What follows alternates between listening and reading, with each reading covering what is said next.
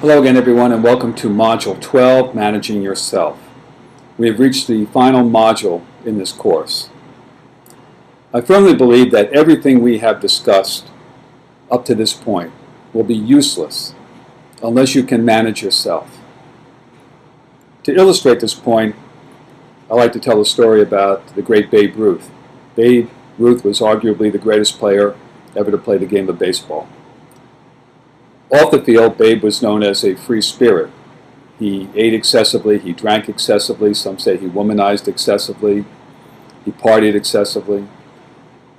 One day he went to the manager of the New York Yankees, Miller Huggins, and said, "Coach, I'd like to manage the Yankees when you feel that your days are done and you want to retire. Would you put in a good word for me with the owner of the club?" And Miller Huggins turned to Babe and said, "Babe, you can't manage yourself. How can you manage 25 other people?" So arguably the greatest player to ever play the game never managed a day in the major leagues. So here are 5 of the most common missteps in self-management. Failure to manage time, failure to manage priorities, failure to manage space, failure to manage temperament, failure to manage growth. Let's take them one at a time. We all claim not to have enough time, and I suppose to an extent that's true. I certainly feel that way. But often our lack of time is due to our own mismanagement of time. For example, do you know what your optimal working hours are? We all have certain times of the day when we function at peak performance. For me, it's between 9 and 11 a.m. in the morning, to a lesser extent between 1 and 3 in the afternoon. My energy and alertness are at their peak during these time frames. I would be smart to schedule most of my work during these periods. Email overload is also a great consumer of time these days. Few of us have the discipline to check emails only 3 times a day. That's what's recommended. Check email 3 times a day. First thing in the morning, midday, and at the close of business, or at night. We allow ourselves to be interrupted by email. When we allow ourselves to be interrupted by email, it takes us several minutes to mentally get back to where we left off. In fact, a study by Loughborough University in England noted that tasks take a third longer to complete when we are interrupted by email, when we allow ourselves to be interrupted by email. And this applies to all sorts of interruptions, whether email or phone calls or people popping into your office unexpectedly, which I must say I actually welcomed. I felt that what was lost in time was gained by having open communication and encouraging people at any time during the day to pop into my office. But you decide for yourself whether you feel that that's a fair trade-off. So the key with managing our time is to try and focus on the task at hand. And with regard to emails and phone calls, it's still okay to respond within 24 hours. You don't have to respond within 24 minutes. Another factor that plays into our own mismanagement of time is our own ego, our own psychological need to feel important. Let me explain.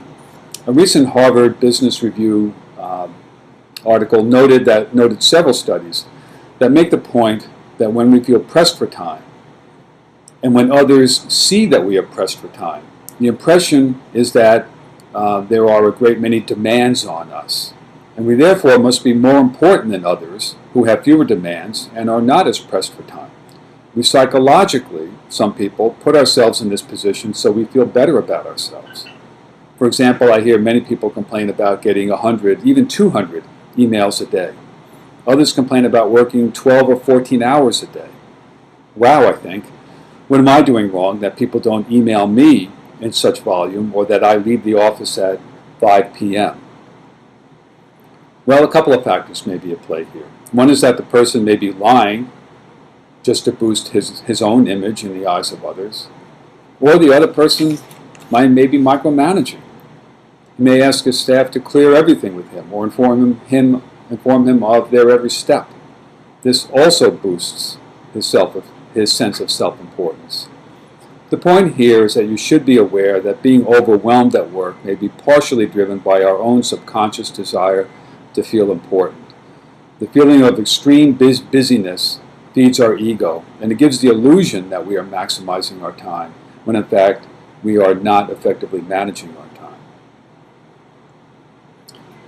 Another tip for managing time is to set your priorities.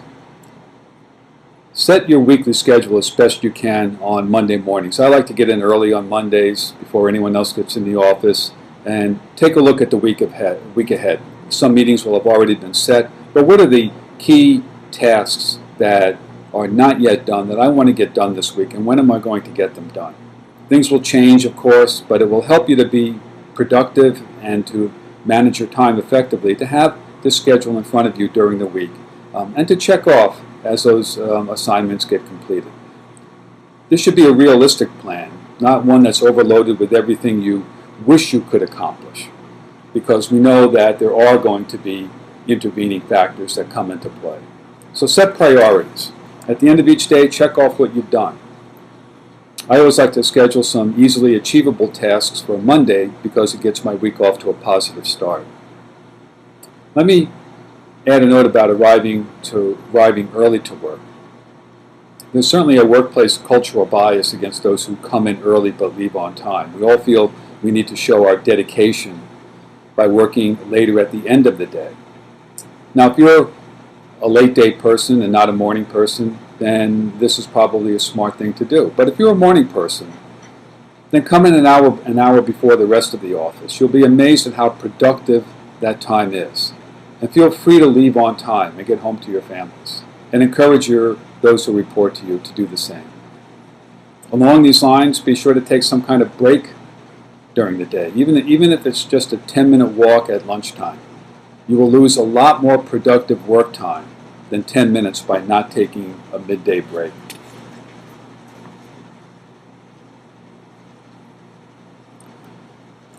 Let's talk a little more about setting priorities.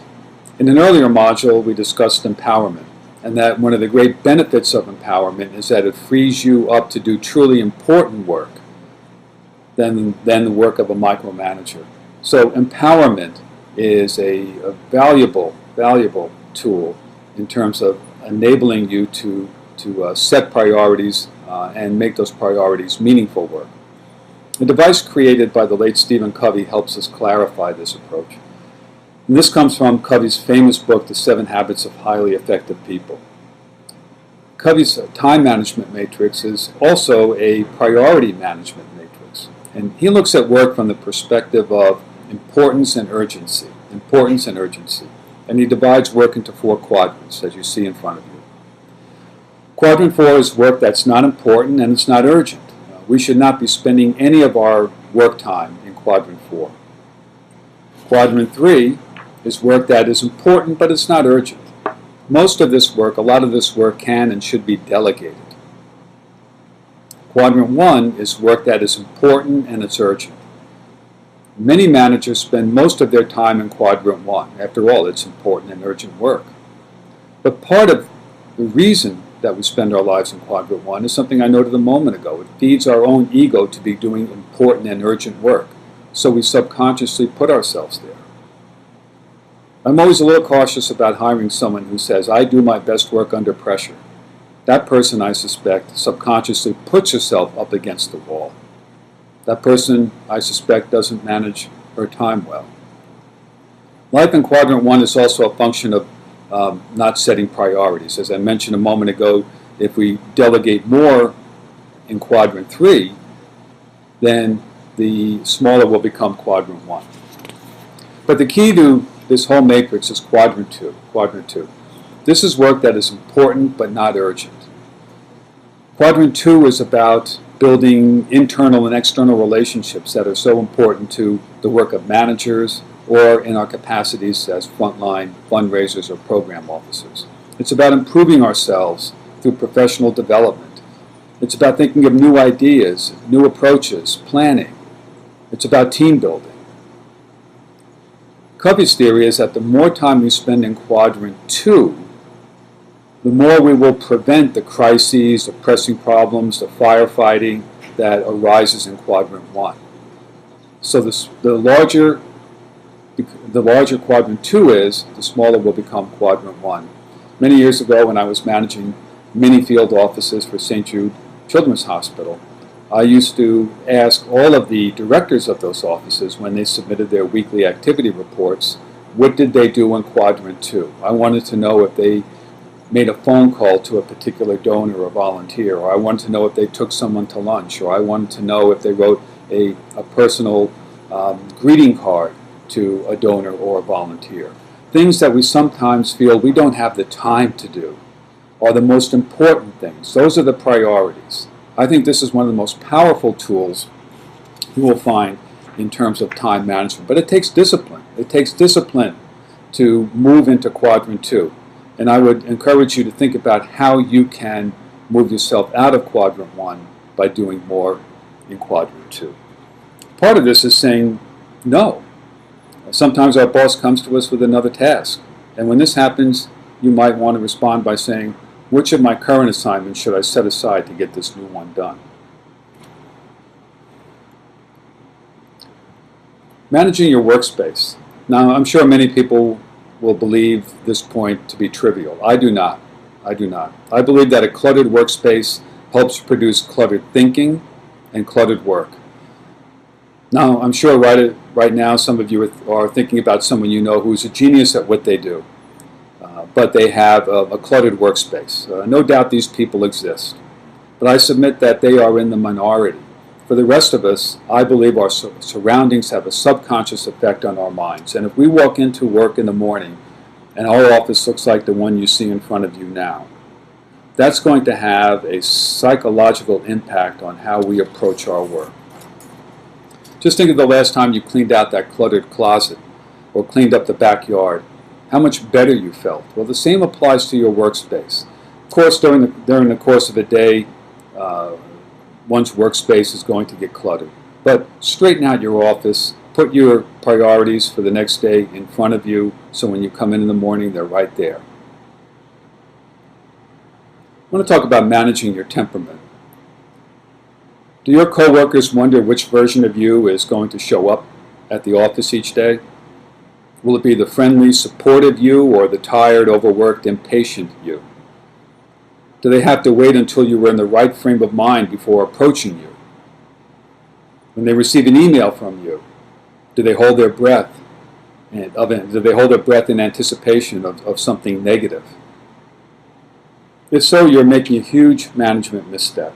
I assure you that you will be remembered as a manager if you don't manage your temperament, but not in the sense that I described Jim Egan at the very outset of this course. You will be remembered as the model of a manager that others hope not to become.